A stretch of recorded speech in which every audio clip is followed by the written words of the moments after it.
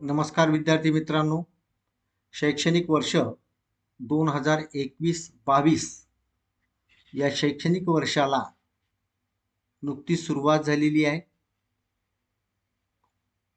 प्रत्यक्षात आपल्या शाळा जरी सुरू झाल्या नसल्या तरी ऑनलाईन शिक्षणाच्या माध्यमातून मी आपल्यापर्यंत पोहोचत आहे.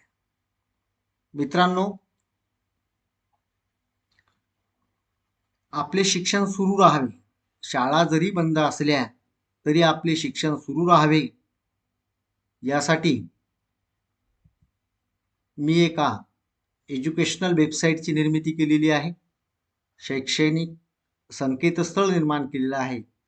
ज्ञानयात्रीतंत्रस्नेही.com या संकेतस्थळाला आपण भेट द्यावी. या संकेतस्थळावर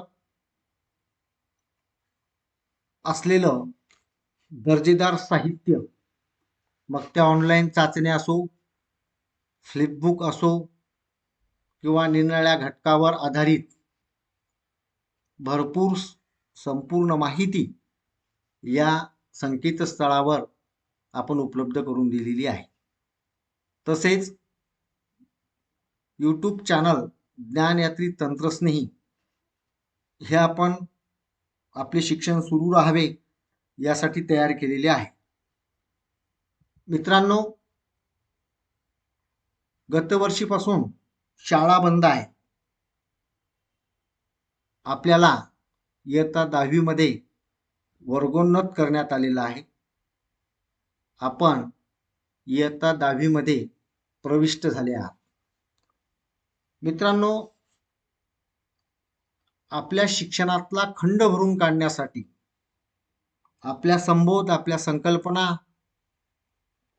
भरून काढण्यासाठी जे काही आपलं कोरोनाच्या कालखंडामध्ये, कोविड-19च्या कालखंडामध्ये नुकसान झालेलं आहे ते भरून निघावं, आपलं कोणत्याही प्रकारचं शैक्षणिक नुकसान होऊ नये, त्यासाठी महाराष्ट्र शासनानं सेतू अभ्यासक्रम अर्थातच ब्रिज कोर्स हा आपल्या विद्यार्थ्यासाठी आणलेला आहे. इयत्ता 2री पासून ते इयत्ता 10वी पर्यंत सर्व माध्यमांच्या शाळातील विद्यार्थ्यासाठी हा ब्रिज कोर्स आहे. हा ब्रिज कोर्स अर्थात सेतू अभ्यासक्रम आपण पूर्ण करणं गरजेचं आहे. त्यावर आधारित ऑनलाईन चाचण्या, ऑफलाईन चाचण्या हे आपल्याला सोडवायच्या आहे. मित्रांनो, या सेतू अभ्यासक्रमाचा आपला पहिला दिवस. पुनश्च एकदा आपल्या सर्वांचे मनापासून हार्दिक स्वागत. मित्रांनो, इयत्ता 10वी विषय इतिहास, राज्यशास्त्र व भूगोल या कृतीपत्रिकेचा आपल्याला अभ्यास करायचा आहे. राज्य शैक्षणिक संशोधन व प्रशिक्षण परिषद महाराष्ट्र पुणे यांनी शैक्षणिक वर्ष 2021-22 करिता हा सेतू अभ्यासक्रम अर्थातच ब्रिज कोर्स आणलेला आहे. कोविड-19च्या उद्भवलेल्या परिस्थितीमुळे मागील शैक्षणिक वर्षात प्रत्यक्ष विद्यार्थी समोर असताना वर्ग अध्यापन होऊ शकले नाही. नव्या शैक्षणिक वर्षात ही शाळा कधी सुरू होतील याबाबत अनिश्चितता आहे. मागील शैक्षणिक वर्षात आपण ऑनलाईन माध्यमातून सर्व विद्यार्थ्यांपर्यंत शिक्षण पोहोचविण्यासाठी विविध प्रयत्न केले. मागील शैक्षणिक वर्षात विद्यार्थ्यांनी केलेल्या अध्ययनाची उजळणी व्हावी, तसेच नवीन शैक्षणिक वर्षात शिकाव्या लागणाऱ्या अभ्यासक्रमाची पूर्वतयारी हा दुहेरी उद्देश हा या सेतू अभ्यासक्रम तयार करण्यापाठीमागचा आहे. मित्रांनो, सेतू अभ्यासक्रम या बाबतीत किंवा ब्रिज कोर्सच्या बाबतीत विद्यार्थ्यासाठी काही सूचना आहेत. विद्यार्थ्याशी हितगुज केलेली आहे. विद्यार्थी मित्रांनो, मागील शैक्षणिक वर्षात तुम्ही ऑनलाईन व इतर विविध मार्गानं तुमचं शिक्षण सुरू ठेवलं.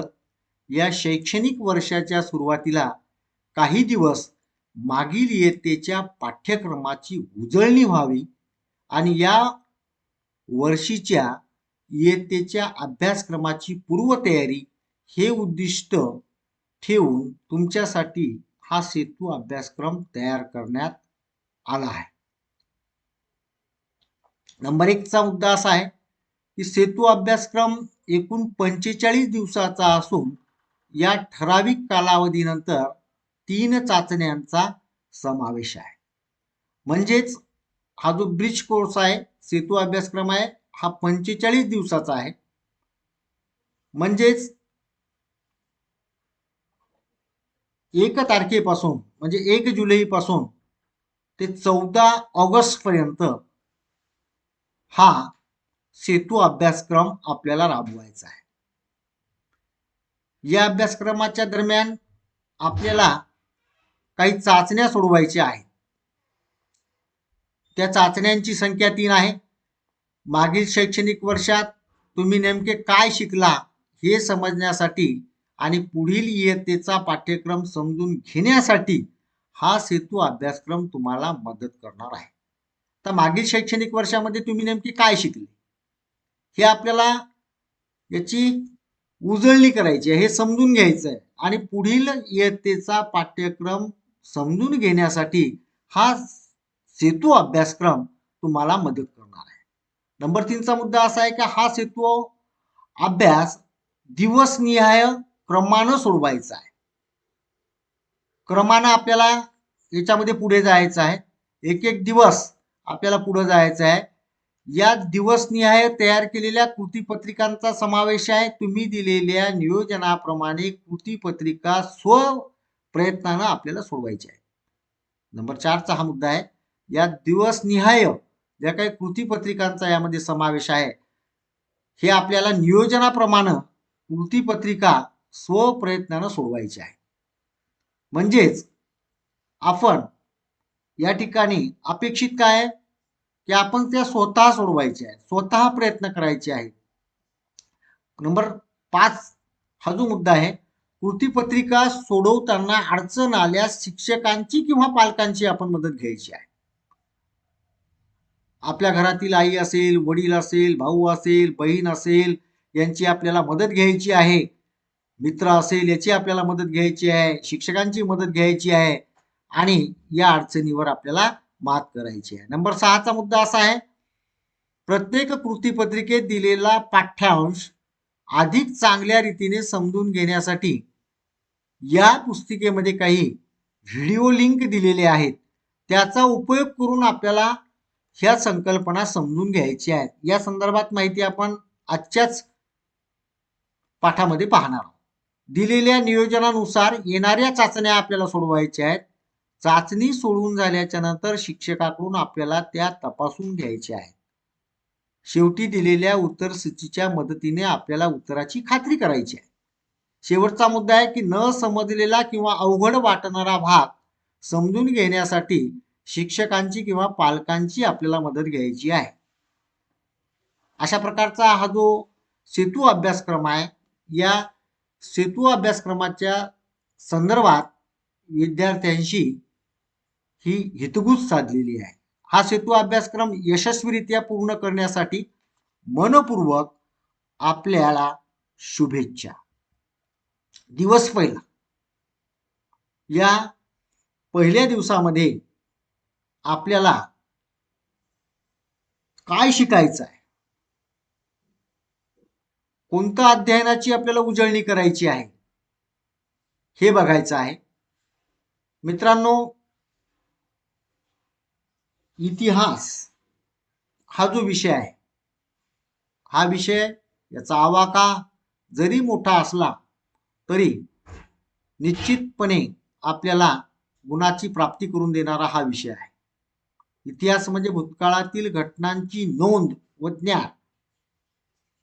इतिहास या शब्दाची उत्पत्ती जर आपण पाहिली तर इति अधिक ह अधिक आस हे असे घडले असे सांगण्यात येत आहे. उत्पत्तीद्वारे दिसून येणाऱ्या अर्थाचा विचार जर आपण केला तर इतिहास म्हणजे केवळ भूतकाळात काय घडले याची नोंद इतकाच अर्थ निघतो. परंतु या शब्दाला इतरही अर्थ काळाच्या ओघात लपेटलेले दिसतात. आधुनिक काळामध्ये पहा, केवळ पूर्ववृत्ताचं निवेदन इतकाच अर्थ या संज्ञेला राहिलेला नाही. हा जो विषय आहे, याचा जो आवाका आहे, याचा आवाका हा फार मोठा आहे की या ठिकाणी तत्कालीन सामाजिक परिस्थिती, आर्थिक परिस्थिती, धार्मिक परिस्थिती, राजकीय परिस्थिती, सांस्कृतिक परिस्थिती या सर्व घटकांचा उहापोह, त्याचा अभ्यास, त्याचं ज्ञान मिळवणं हा इतिहासाचा उद्देश असतो. मित्रांनो, भूतकाळ आणि वर्तमान काळ यातील न संपणारा संवाद म्हणजे इतिहास होय, असं प्रसिद्ध इतिहासकार टायम्बी यांनी म्हटलेलं आहे. ते म्हणतात की संस्कृतीचा अभ्यास म्हणजे इतिहास होय. आपल्या पूर्वजांनी निर्माण केलेली जी काही संस्कृती आहे, या संस्कृतीचा अभ्यास म्हणजे आपला इतिहास. संस्कृती ही संकल्पना फार मोठी आहे. अनेक समाज जीवनाशी निगडीत, राजकारणाशी निगडीत, सांस्कृतिक जीवनाशी निगडीत, अर्थकारणाशी निगडीत अनेक गोष्टींचा समावेश या संस्कृतीमध्ये होतो. इतिहास एक स्वतंत्रपणे अभ्यासाची एक ज्ञान शाखा आहे. ज्ञानाच्या ज्या निरनिराळ्या शाखा आहेत त्यामध्ये इतिहास ही सुद्धा एक ज्ञानशाखा आहे. या ज्ञानशाखेमध्ये शास्त्रीय आधारावर इतिहासाचा अभ्यास आणि संशोधन केलं जाते. मानवी संस्कृतीचा उदय कसा झाला आणि मानवी संस्कृतीचा अस्त, उदय आणि अस्त म्हणजे इतिहास, असे टाइम्बी म्हणतात. मित्रांनो, हा जो इतिहास आहे, इतिहासाचे प्रामुख्यानं ढोबळमानानं आपल्याला काही कालखंड पाडता येते. प्राचीन कालखंड, मध्ययुगीन कालखंड, आधुनिक कालखंड आणि शेवटचा अर्वाचीन कालखंड म्हणजे समकालीन कालखंड. मग हे कालखंड त्या त्या साधनावरून आपल्याला जी काही माहिती प्राप्त झालेली आहे त्यामध्ये मानवी संस्कृतीचा झालेला विकास आहे, या आधारे हे पाडलेले आहे. प्रामुख्याने इयत्ता 10वी मध्ये आपल्याला पहिल्या 2 प्रकरणामध्ये इतिहास लेखन,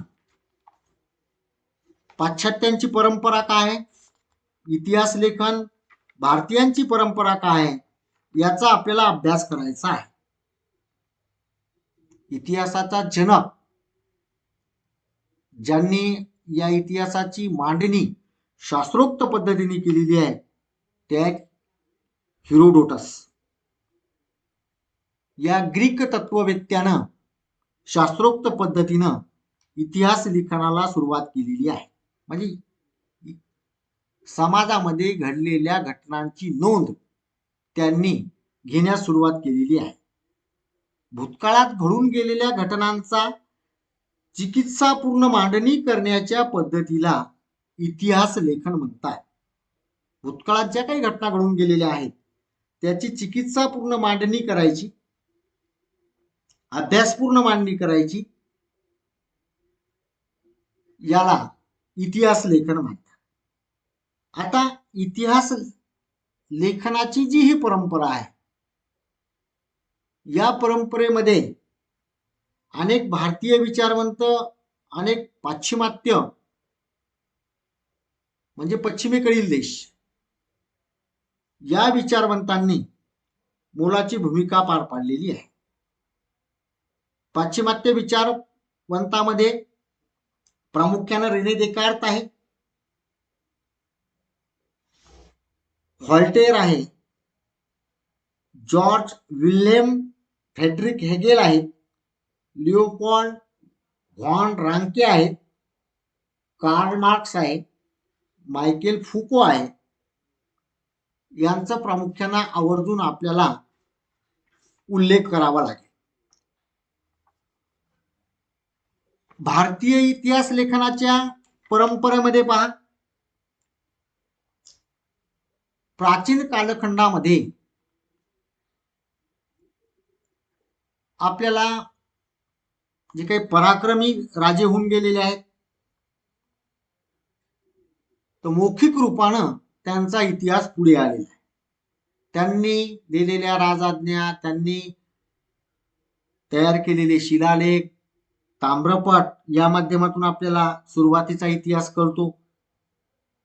लिखित साधनामध्ये पहा, पुराणे, वेद, प्रवास वर्णन, जैन, बौद्ध धर्मग्रंथ. नंतरच्या कालखंडामध्ये बाणभट्टाचे हर्षचरित्र, कल्हण याचा राजतरंगिणी हा ग्रंथ, जियाउद्दीन बर्नी, बाबर, अबू फजल, त्याचबरोबर अलेक्झांडर कॅनिंगहॅम आहेत, जॉन मार्शल आहेत, जॉन मिल आहेत, जेम्स ग्रँडफ आहे. त्याचबरोबर न्यायमूर्ती महादेव गोविंद रानडे आहेत, विका राजवाडे आहेत, स्वातंत्र्यवीर विदा सावरकर आहेत, गो स सरदेसाई आहेत. त्याचबरोबर स्त्रीवादी इतिहास लेखिका ताराबाई शिंदे आहेत, पंडिता रमाबाई आहेत, मीरा कोसंबी आहेत, शर्मिला रेगे आहेत. यासारख्या पौर्वात्य आणि पाश्चिमात्य इतिहासकारांनी इतिहासाचं जे लेखन केलेलं आहे, हे इतिहासाचं लेखन प्रामुख्यानं इतिहासाची जी साधनं वापरलेली आहेत, या साधनांच्या आधारे केलेलं आहे. इतिहास लिखाणासाठी पुरावे लागतात. अर्थातच त्यांना आपण साधने म्हणतो. मग ही साधने लिखित साधने, मौखिक साधने, भौतिक साधने आणि त्याचबरोबर अलीकडच्या कालखंडामध्ये उदयाला आलेले किंवा विकसित झालेले दृक्श्राव्य आणि दृकश्राव्य साधने यांचा समावेश यामध्ये होतो. आता प्रामुख्यानं अशा प्रकारची ही जी काही भौतिक साधने आहेत, या भौतिक साधनामध्ये आपल्याला नाणी आहेत, प्रार्थना स्थळे आहेत, गुरुद्वारा असेल, चर्च असेल, मंदिर असेल, मस्जिद असेल, दैनंदिन वापरातल्या वस्तू असतील, भांडीकुंडी किंवा इतर जे काही वस्तू आहेत, राजमुद्रा आहेत, अलंकार, वस्तू संग्रहालय. आता वस्तू संग्रहालय इतिहासाच्या अभ्यासासाठी वस्तू संग्रहालयामधून विविध वस्तू, चित्रे, छायाचित्रे यासारख्या विविध गोष्टीचं जतन केलेलं जातं. पुण्यामध्ये पहा, आगा खान पॅलेस या ठिकाणी गांधी स्मारक संग्रहालयामध्ये महात्मा गांधीच्या वापरातील अनेक वस्तू, कागदपत्रे आपल्याला बघावयाला मिळतात. पेहराव म्हणजे आपला पोशाख, आपलं राहणीमान किंवा आपल्याला आपण परिधान करत असलेले कपडे, त्याचबरोबर आधुनिक स्थापत्य हे भौतिक साधनामध्ये येतात. भौतिक स्थापत्य, भौतिक साधने, नाणी, प्रार्थना स्थळे, दैनंदिन वापरातील वस्तू, राजमुद्रा अलंकार, वस्तू संग्रहालय, पेहराव, आधुनिक स्थापत्य म्हणजे आधुनिक कालखंडामध्ये केलेले बांधकाम, स्थापत्य कला. आता मौखिक साधने, लोकगीते, पोवाडे, लोककथा, प्रवास वर्णने, मुलाखती, मेळे, जलसे, कलापथके, ओव्या, स्फूर्तिगीते यांचा मौखिक साधनामध्ये समावेश होतो. मित्रांनो, लिखित साधने यामध्ये वर्तमानपत्रे, नियतकालिके, रोजनिशी, ग्रंथ, पत्रव्यवहार, अभिलेखागारातील कागदपत्रे, ही ज्या ठिकाणी ऐतिहासिक कागदपत्रे, दस्तऐवज ठेवले जातात, जतन केले जातात, त्या ठिकाणाला आपण अभिलेखागार असं म्हणतो. भारताचे राष्ट्रीय अभिलेखागार नवी दिल्ली या ठिकाणी आहे आणि आशिया खंडातील हे सर्वात मोठे अभिलेखागार आहे. त्याचबरोबर सरकारी गॅझेट, टपाल तिकिटे, कोश वाङ्मय, वृत्तपत्रे याचा समावेश या लिखित साधनामध्ये होतो. म्हणजेच इतिहासाची मांडणी, इतिहास लेखन हे लिखित साधने, मौखिक साधने, भौतिक साधने या आधारे केल्या जाते. आता लिखित साधनामध्ये आपण वर्तमानपत्रे, नियतकालिके, रोजनिशी, ग्रंथ, पत्रव्यवहार, अभिलेखागारातील कागदपत्रे, सरकारी गॅझेट, टपाल तिकिटे, कोशवाङ्मय, वृत्तपत्रे यांचा समावेश याच्यामध्ये आहे. आता एक एक आपण थोडक्यात याचा आढावा घेऊ. वर्तमानपत्रे, वर्तमानपत्रामधून आपल्याला समकालीन घटनांची माहिती मिळते. एखाद्या घटनेचं सखोल विश्लेषण त्याच्यामध्ये असते. अनेक मान्यवरांची मतांतर आपल्याला माहिती पडतात. त्याचबरोबर सद्य कालखंडामधील आपल्याला राजकीय, सामाजिक, आर्थिक, सांस्कृतिक घडामोडी आपल्याला कळतात. स्वातंत्र्यपूर्व काळामध्ये सुद्धा अशा प्रकारची वर्तमानपत्र आपल्याला इतिहास सांगून जातात. ज्ञानोदय आहे, ज्ञानप्रकाश आहे, केसरी आहे, दीनबंधू आहे, अमृत बाजार पत्रिका आहे. यासारख्या वर्तमानपत्रांनी लोकांमध्ये एक जागृती निर्माण करण्याचं काम केलेलं आहे.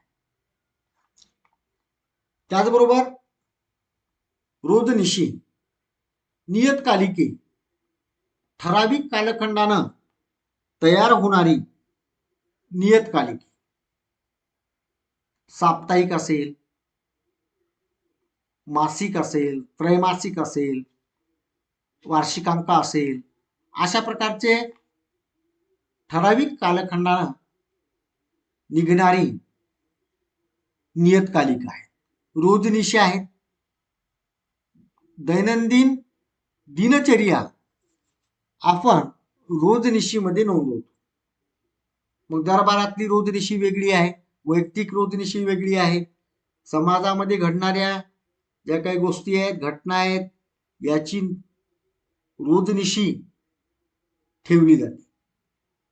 ग्रंथ आहे, मग आपले वेद असतील, उपनिषद असतील, त्याचबरोबर महाकाव्य रामायण आणि महाभारत असतील, या ग्रंथामधून सुद्धा आपल्याला इतिहास कळतो. त्या काळात झालेला पत्रव्यवहार यावरून सुद्धा आपल्याला माहिती मिळते. कोश वाङ्मय, एखाद्या विषयाबद्दल संपूर्ण माहिती, की त्या संपूर्ण माहितीचा कोश, जसं मराठी भाषा कोश आहे, अशा प्रकारचे कोश वाङ्मयातून सुद्धा आपल्याला तत्कालीन इतिहास कळतो. त्याचबरोबर भौतिक साधने, निरनिराळ्या कालखंडामध्ये जी काही सरकार येऊन गेले, जे काही राजे लोक होऊन गेले, यांनी पाडलेली जी काही नाणी आहेत, या नाण्यावरून सुद्धा आपल्याला इतिहास कळतो. नाण्यावर असलेली जी काही चित्र आहेत, नाण्यावर असलेल्या ज्या काही खुणा आहेत, यावरून सुद्धा आपल्याला तत्कालीन इतिहासाची प्रगती, त्या काळातील समाजातील प्रगती, अधोगती आपल्याला कळते. त्यांचे राजकीय व्यवहार, त्यांचे आर्थिक व्यवहार, या बऱ्याचशा गोष्टीवर ही नाणी प्रकाश टाकतात. प्रार्थनास्थळे असतील, मंदिर असेल, मस्जिद असेल, गुरुद्वारा असेल, स्तूप असतील, या ठिकाणाहून सुद्धा आपल्याला माहिती मिळते. दैनंदिन वापरातील वस्तू आहेत, राजमुद्रा आहेत, अलंकार, वस्तू संग्रहालय, पेहराव, आधुनिक स्थापत्य, या सर्व गोष्टींची माहिती आपल्याला या साधनामधून मिळते. यांचा समावेश भौतिक साधनामध्ये होतो. त्यानंतर मौखिक साधने, लोकगीतं आहेत, पोवाडे आहेत, लोककथा आहेत, प्रसंग वर्णने आहेत, मुलाखती आहेत, मेळे, जलसे, कलापथके, ओव्या, स्फूर्तिगीते, या माध्यमातून आपल्याला त्या कालखंडामधल्या घडामोडी, त्या कालखंडातला इतिहास आपल्याला कळत असतो. मित्रांनो, आपण थोडक्यात या ऐतिहासिक साधनांचा, त्यांच्या प्रकारांचा आढावा आपण या ठिकाणी घेतलेला आहे. या ठिकाणी प्रामुख्यानं आपण काय शिकलो, तर इतिहास म्हणजे काय, भूतकाळातील घटनांची नोंद व त्यांचं ज्ञान, एवढाच याचा अर्थ घ्यायचा नाही, तर भूतकाळातील घटनांचा शास्त्रोक्त अभ्यास.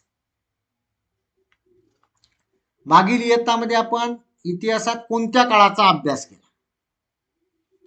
इयत्ता 8वी मध्ये आपण आधुनिक भारताचा इतिहास अभ्यासला. इयत्ता 9वी मध्ये आपण स्वातंत्र्योत्तर भारत या इतिहासाचा अभ्यास आपण केलेला आहे. इयत्ता 10वी मध्ये आपल्याला उपयोजित इतिहास अभ्यासायचा आहे. इतिहासाची माहिती कशावरून मिळते हे आपण बघितलेलं आहे. ऐतिहासिक साधनावरून अशा प्रकारची माहिती आपल्याला उपलब्ध होते. या साधनांचे प्रकार आपण पाहिलेले आहेत.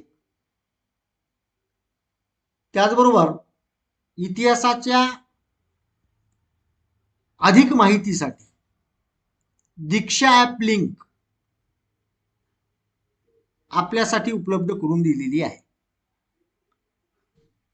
आपण आपल्या संगणकावर किंवा मोबाईलमध्ये सेतू अभ्यासक्रमाची पुस्तिका आपण जर डाउनलोड केली असेल, तर अशा प्रकारची निळ्या अक्षरातील लिंक आपल्याला ओपन करता येईल. त्यावर टिचकी मारली की ओपन होईल. परंतु आपल्याकडे हार्ड कॉपी असेल, झेरॉक्स प्रत असेल, तर फोटो कॉपी असेल, तर आपण काय करायचं आहे,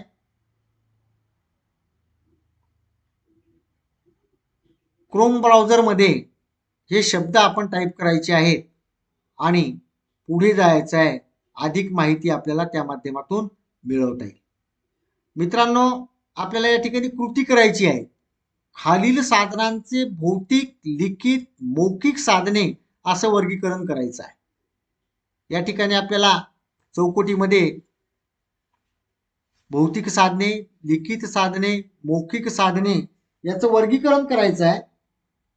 मग त्यामध्ये ताम्रपट हे भौतिक साधनामध्ये, लोककथा मौखिक साधनामध्ये येतील. त्यानंतर मग मातीची भांडी आहेत, मणी आहेत, प्रवास वर्णने आहेत, ओवी आहे, शिलालेख आहे, पोवाडा आहे, वैदिक साहित्य आहे, स्तूप आहेत, नाणी, भजन, पुराण ग्रंथ याचं वर्गीकरण आपल्याला करायचं आहे. या ठिकाणी भौतिक साधने, लिखित साधने, मौखिक साधने यामध्ये आपल्याला काय करायचं आहे, याचं वर्गीकरण करायचं आहे. ही कृती तुम्हाला करायची आहे. त्याचबरोबर खालील चौकोनामध्ये पाच दडलेली ऐतिहासिक साधनांची नावे शोधायची आहेत आपल्याला आणि ती लिहायची आहे. यामध्ये काही ऐतिहासिक साधनांची नावं दडलेली आहेत, की जसं आता मी तुम्हाला सांगतो की या ठिकाणी दंतकथा, दंतकथा हा शब्द आपल्याला दिसतो. त्याचबरोबर या ठिकाणी आपल्याला शिलालेख